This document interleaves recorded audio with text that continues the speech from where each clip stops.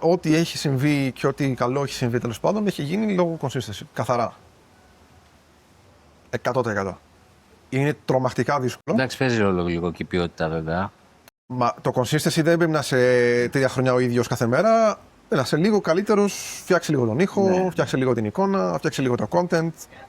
Δεν χρειάζεται πολύ. 1% καλύτερο στη φορά. Ναι. Και αυτό έχει να κάνει το βιβλίο το Atomic Habits. Τώρα να πετάξουμε και ένα. Δεν είναι sponsor φυσικά. Αλλά αν το έχει διαβάσει. Το έχω διαβάσει, ναι.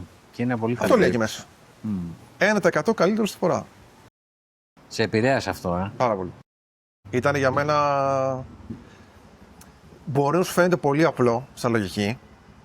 Έτσι. Όπως πολλά στη ζωή. Σωστά. Αλλά αν το προσπαθήσεις, θα δεις πόσο δύσκολο είναι. Γιατί δεν είναι. Ωραία τα λέμε, λες θα ξεκινήσω και θα κάνω content επί ένα χρόνο. Κάθε μέρα όμως. Χωρίς θα σου ακούω, δεν χρειάζεται να σου ακούω. Θα σου ακούω ξεκουράσου. Κάντο και σε ένα χρόνο θα έχει αλλάξει η ζωή σου.